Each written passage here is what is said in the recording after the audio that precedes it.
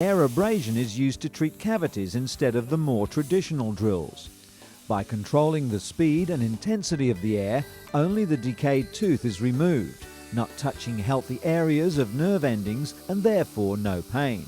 In contrast, if a drill is used, an anesthetic is required. Patients terrified of the needle and drill needn't worry about visiting the dentist any longer. Air abrasion is also much quicker than drilling. It takes 5 minutes to fill one cavity, compared with 40 minutes using a drill, and that always brings a smile. But air abrasion can't get to the root of all dental problems. If cavities are too deep or a metal filling needs replacing, then it's back to the trusty old needle and drill.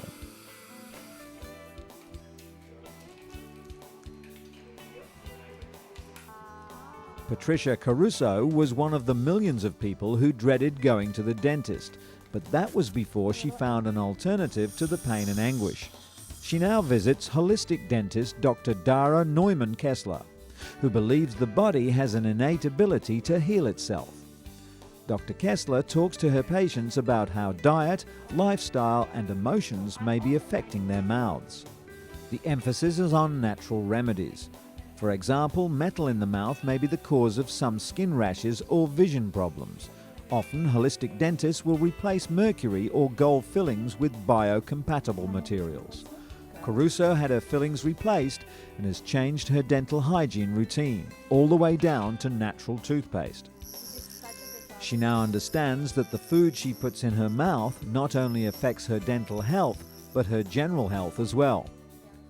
In many a case, patients have had to treat underlying problems in order to address some painful dental symptoms. And dentist Yu Xian has set a record, building an 8-foot tower of human decaying teeth. The tower earned him a certificate from the Chinese government honoring great achievements and secured him a place in the Shanghai Guinness Book of Records. While he likes having his achievement recorded for history, he'd rather people keep their teeth longer. His dental work of art took 6 months and 28,000 teeth. He's been working on teeth for 30 years, but now he's seeing patients who've gone decades without any dental care at all.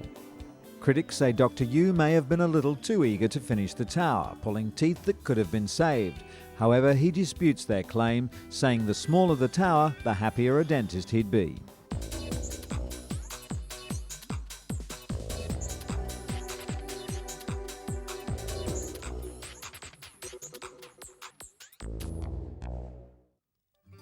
Though osteoporosis is more prevalent in women, it strikes men too. Just ask 89-year-old Bernard Henkin. His 82-year-old wife never got the disease, so he was shocked when he learned he had lost 5 inches in height. Research has shown men lose bone steadily over their lifetime, whereas women tend to experience a more dramatic drop with the onset of menopause. According to Dr. Douglas Keel, an osteoporosis expert, the disease can prove even more fatal for men, as up to 25% of them die within the first year of a hip fracture. Dietary mineral expert at Tufts University in Boston, Dr. Richard Wood, believes that if men were more aware, they might prevent osteoporosis in the first place. That means drinking milk or getting enough calcium and vitamin D from other sources, both to build bones to their genetic potential in childhood and to replace what's lost each day in adulthood. Bernard now takes calcium and vitamin supplements along with Fosamax, the only medication approved for the treatment of osteoporosis in men. However, he wishes he knew about the disease long ago. So far, the treatment's working. His bones and height have stabilized. Now he and his wife are looking forward to their 60th wedding anniversary. And there's good news for women too, who hate having to take osteoporosis medication every day on an empty stomach, followed by unpleasant side effects. According to research just published in the New England Journal of Medicine, an annual injection of a cancer drug can prevent the bone-thinning disease just as well as the daily pills. Researchers tested 351 postmenopausal women around the world with 5 different treatment schedules. Some got the standard once-a-day pills to fight osteoporosis. Others received 5-minute intravenous infusions of a Novartis cancer drug called zoledronic acid. The results showed similar improvements in bone density for the women on pills and the women receiving injections, including the once-a-year injection. However, there were far fewer side effects and complications experienced by those in the latter group. The point of treating women for osteoporosis is to protect them from humped backs and easily broken bones. The researchers won't know for another 5 years if the new treatment actually prevents fractures, but a much larger study is being planned to find out.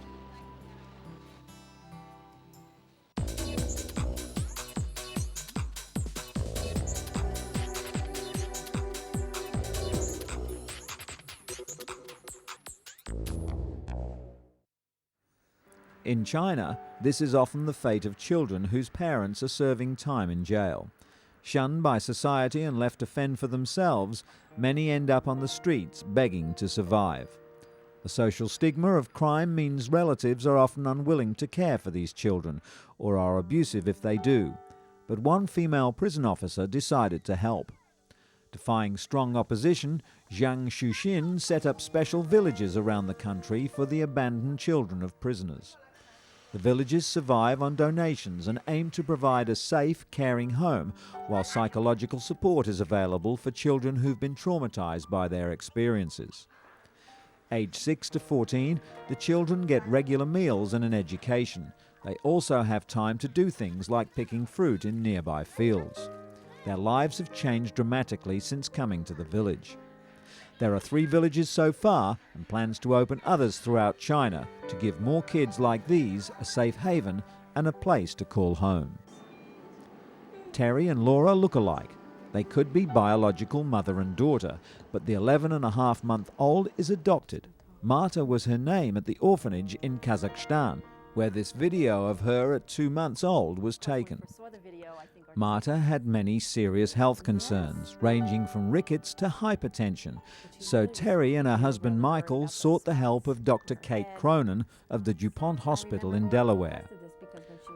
Doctors use the videotape to check for any physiological and behavioral problems, but most countries don't provide videos, so decisions must be based on medical records and still photographs, and better yet, a discussion with the medical staff at the orphanage.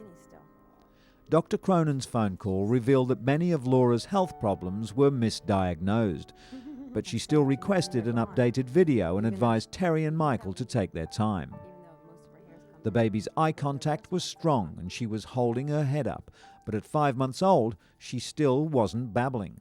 Nevertheless, Terry and Michael traveled to Kazakhstan for their daughter.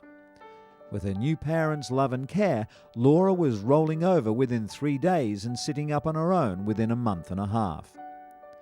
Since last seeing Laura via video, Dr. Cronin has witnessed a remarkable turnaround. She's crawling, standing, babbling, and doing all the other things a typical 11-month-old would do. Today, little Nora's a healthy handful, bringing her parents great joy.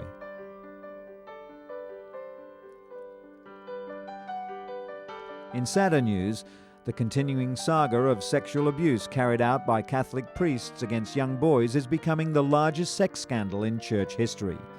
The frenzy began when Boston priest Father John Geoghegan was sentenced to 10 years on sexual abuse charges for molesting more than 130 children over 30 years. Psychiatrist Dr. Norman Rosenthal believes that damage done from sexual abuse can be lifelong because it involves violating boundaries of trust. Whether the abuse is carried out by a priest or family member, the damage is intensified because the abuse is hidden. For that reason, Rosenthal believes that it can be healthy for sexually abused people to come forward, even as adults, to confront their abusers, just as Mark Serrano did, charging he was molested by a priest beginning at age 9. To Serrano, the priest and church were one. Rosenthal outlines the physiological changes in the brain that occur after abuse in his book, The Emotional Revolution. But he's quick to point out that with the right help, it's never too late to overcome even the most painful past. In related news, the UN estimates that last year alone, almost 13 million people were on the move, among them 700,000 children being trafficked for sex. The Philippines' port of Manila sees up to 500,000 poverty-stricken women and children every year. This young woman was one of the thousands of teenagers who were drugged and sold for sex. But it's not just in Asia. In Nicaragua, this young girl is being prepared for a night's work. In Europe, Albanian children are trafficked into Greece, many sold by their parents. And in Sierra Leone, thousands of children have been abducted and raped by militia. The UN is fighting back with education like this school in India, which tries to provide schooling to the very young, hopefully to give them a chance later in life.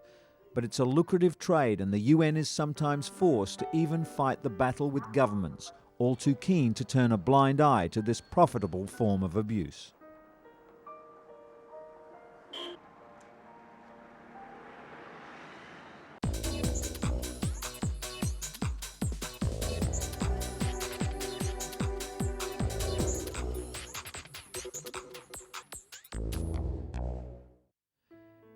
It often has no symptoms and there's no known cure, but this genetic heart condition can claim a young life in an instant. 15-year-old Colin Dolder has had hypertrophic cardiomyopathy, or HCM, for 3 years. It's a disease that causes the heart's main chamber to enlarge, making it vulnerable to life-threatening rhythm abnormalities. Dr. Barry Marin of the Minneapolis Heart Institute is trying to raise awareness of the disease that affects 1 in 500 people. He also discovered that hypertrophic cardiomyopathy is the leading cause of sudden death among young people and even among trained athletes. Only an echocardiogram can give complete pictures of the heart, showing problems that would normally be missed. While some HCM patients live normal lifespans without symptoms, the disorder can cause death or disability, especially among those who put extra strain on their hearts. Colin's mum, Connie, was shocked that not only was her son sick, but he had a relatively common disease that few people had ever heard of. In some cases, a heart transplant is the only option for HCM patients. Others can be treated with medication or implantable devices. When a heart stops, a race against time begins. Paramedics struggle to keep the victim alive long enough to get to a hospital. But with a survival rate of 5% or less, the odds are stacked massively against them. A recently published study shows that a drug called amiodarone can double the patient's chances of getting to the hospital alive. When a person goes into cardiac arrest, the first response is cardiopulmonary resuscitation, then defibrillation. But if by the third electric shock the heart hasn't returned to a regular beat, the standard procedure is to inject the drug lidocaine. While amiodarone has more chance of getting a patient to hospital alive than lidocaine, it's harder to administer, with the paramedics having to prepare an IV on site. And even if a patient does make it to the emergency room, amiodarone doesn't raise their chances of getting out alive. Another study in the New England Journal of Medicine has shown that ice packs used to chill the bodies of cardiac arrest victims will dramatically reduce neurological damage from stroke. Scientists are advising that ambulances should carry ice packs to be placed on a patient's body immediately. Applied in time, the cooling can improve their chances of surviving with little or no neurological damage. The findings from Australian and European researchers in 2 separate studies offer an inexpensive new tool to help the millions of people who suffer cardiac arrest worldwide. While CPR or a defibrillator can restart the heart, a series of brain-damaging chemical reactions may have already started if too much time had elapsed. Doctors at Duke University Hospital in North Carolina have already noted many positive effects of the cooling technique. If the heart stops beating for more than 5 minutes, brain damage or death is very likely. But lowering the body temperature to 92 degrees Fahrenheit, 6 degrees below normal, is considered the optimum temperature. Of the 1.1 million American heart attack victims each year, only about 20% get to the hospital in time to benefit from the latest clot-busting medication. Non-invasive prevention implantable. These were the buzzwords at a recent meeting of the top minds in cardiac care. Among the advancements in the research into the world's biggest killer, heart disease, is a new drug-coated stent that's proven 100% effective. Surgeons can now combine balloon angioplasty with stainless steel stents to prop arteries open. but the body builds scar tissue around the stents, causing it to reclog, a process called restenosis. The new stents stop this from occurring. The drug-coated stent is not approved by the FDA yet. Researchers are still working on ensuring that the drug coating is not rejected by the body. Another bit of high-tech help for the heart is a combination defibrillator and pacemaker in one. Research on the FDA-approved InSync shows positive results. These patients have faulty wiring in their hearts that causes abnormal rhythm. The condition is usually fatal within 5 years of diagnosis. The InSync not only regulates the heart's rhythm, it also shocks the heart if it beats irregularly. Studies showed that those with it survived longer and had a better quality of life.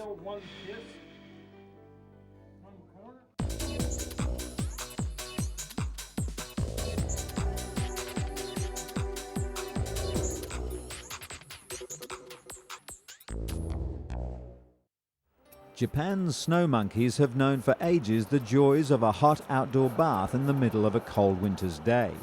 But now people from across the globe are discovering the same pleasure in Iceland. The Blue Lagoon is an outdoor spa created from the runoff of a geothermal power plant.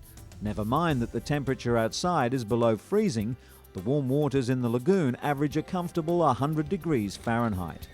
But these waters offer more than a pleasant excursion on a cold day. The lagoon's mineral content is known to cure common skin ailments like eczema and psoriasis. According to scientists, the unique ecosystem of blue-green algae and silica mud coupled with the location's unpolluted surroundings form the treatment's foundation. The medicinal attributes of the water were discovered by chance. Today, the lagoon runs a skin therapy outpatient clinic. Treatment for psoriasis takes about 4 weeks. The cost for Icelanders is covered under the country's national health insurance. The price for foreigners depends on the length of their treatment. A daily visit, excluding special treatments, costs about $80.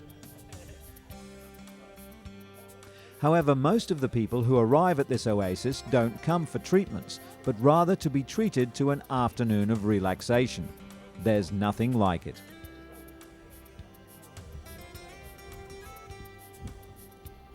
That relaxed feeling is shared by many. Last year, 315,000 people visited the lagoon, more than the entire population of Iceland.